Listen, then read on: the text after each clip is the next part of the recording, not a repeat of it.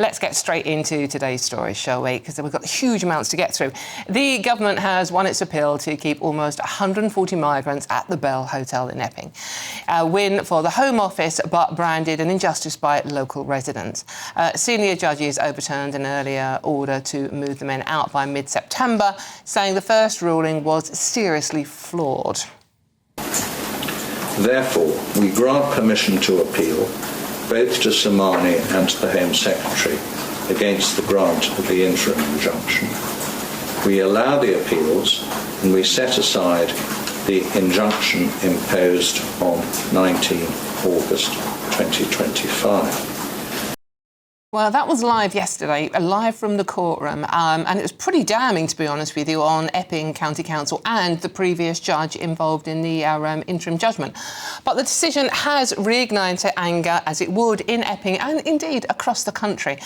More protests are expected around the UK this weekend. Now, joining me now is GB News national reporter Jack Carson, who I believe is in Milton Keynes, where there is a protest organised for this afternoon. Jack, what's going on there?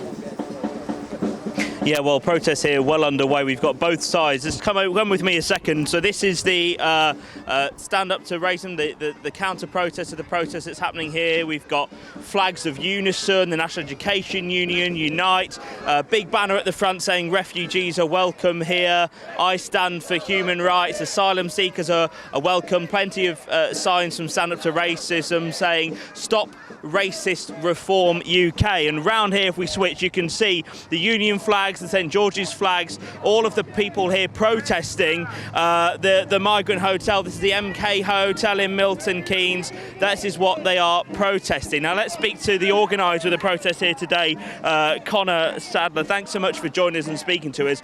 Hello, I'm Bev Turner. Now, it can feel like the money in our bank accounts at the moment does not keep up with the cost of living, and maybe there's a solution. I'm here today with the CEO of TallyMoney, Cameron Parry. Cameron, what is TallyMoney? Well, Bev, with TallyMoney, you get a current account and a debit card, but instead of pounds, you use milligrams of gold as your everyday money. So why gold? Gold traditionally is a great store of value. It has, on average, gone up at over 11% per annum for the last 25 years against the pound. It's tripled in value in the last decade, and in the last 2 years alone, it's increased by 50% against the pound. Banks' savings products just can't compete with that level of growth. But this isn't just about gold. This is about a currency that you guys have created at TallyMoney. Explain it to me as though I'm an idiot. So, look, people need to be able to hold their earnings and build their savings in a money that retains its value and remains in their legal control and remains theirs to access, away from government control. Great. You had me at not exposed to government control. You should feel safe and happy with your money. You should have peace of mind. The more money you see in your bank balance, and that's the type of thing we're trying to deliver, and give people choice in the type of money they get to use every day.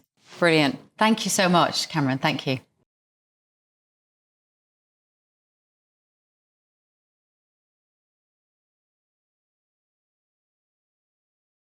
Why have you wanted to come and protest today? Yeah, so no problem. We're here today because we're not here because of their skin colour. We're not here because of race. We're not here because of what they look like.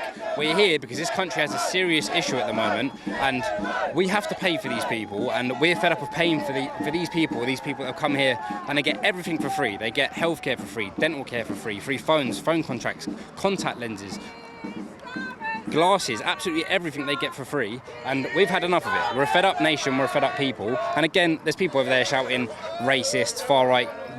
There's no far right, there's no hooligans here, there's no racism here, it's nothing to do with skin colour. But we're here as well because, in particular, this hotel, one of them's been jailed for robbery. There was reports, I have to say reports, otherwise I get locked up, of these migrants taking photos of primary school children, and bear in mind there's a primary school just a 5-minute walk down the road, and as a primary school 5 minutes walk down the road, and they were taking photos of primary school children, reports. Also with that, there's just over there on the other side behind them lot, there is a petrol station. They've smashed that up, they've set fire extinguishers off in there, so it's not just that we're here because of what they look like, it's because of what they've done, and we don't want to pay for them no more. Well, we apologise obviously for the language that people may have heard in the background from people chanting, both sides seemingly getting obviously quite intense here at these protests. What would you say to Home Office Minister Dame Angela Eagle, who said after the Epping result yesterday that they want to close all of the hotels by the end of the next Parliament, or by the time of the next Parliament, they want to do this in an orderly fashion. Is that not good enough, trying to close them in the next few years? Is there a reason why you want these closed sooner rather than later? Yeah, no. When they say they're going to close them, they're going to close the hotels, but where are they going to put them? They're going to put them in houses, social housing, flats, HMOs, all around us, and we do not want that.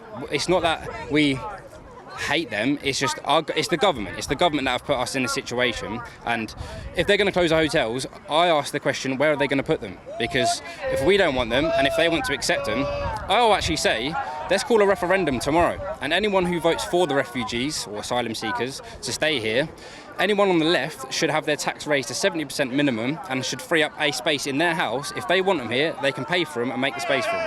And anyone on the right doesn't pay anything and doesn't make any space for them. So the comments and the plans of people like Nigel Farage and the Reform UK leader of kind of processing centres and areas where they don't go, so they're not in hotels. Would that not just cause another issue for the community where those processing areas are? That community where those processing areas are would also be maybe upset that that's where they're being processed. What for you is the way around this? Yeah, so I do agree. It's just going to cause more issues. The more we spread them about over one Operation Scar and spread them in between communities, it's just going to cause even more issues.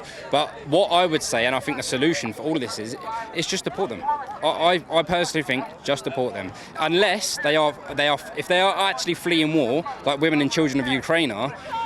Then we can't send them back to a war zone. But these countries, at the top of the list, they're not coming from war zones. And actually, at the top of the list, a lot of these people are coming from countries that commit more crime and more sexual crime than British people. And that's fact. If you look per capita, per 10,000, per 100,000, these people commit more sexual crimes than we do. And that's not what we want. We have our own issues in our country with our own people own British people that are committing these heinous crimes as well. I do agree, yes, but why import more people that commit it more of a higher rate? For example, Afghans that commit it 22 times higher of a sexual crime than British people. We don't want that in our communities, and we don't want it spread across in places. So, like you say, with Nigel Farage saying he's going to shut the hotels, but where are we going to put them?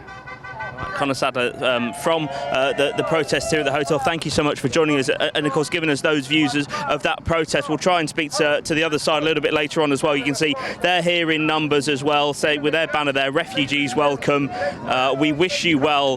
Plenty of people here gathering in Milton Keynes. As I mentioned, we're just by a service station. This is the hotel, the MK Hotel, where they've been housed for some time now. Plenty of people here, of course, with very strong views that they're having heard today at this protest. Jack, is there much of a police presence there?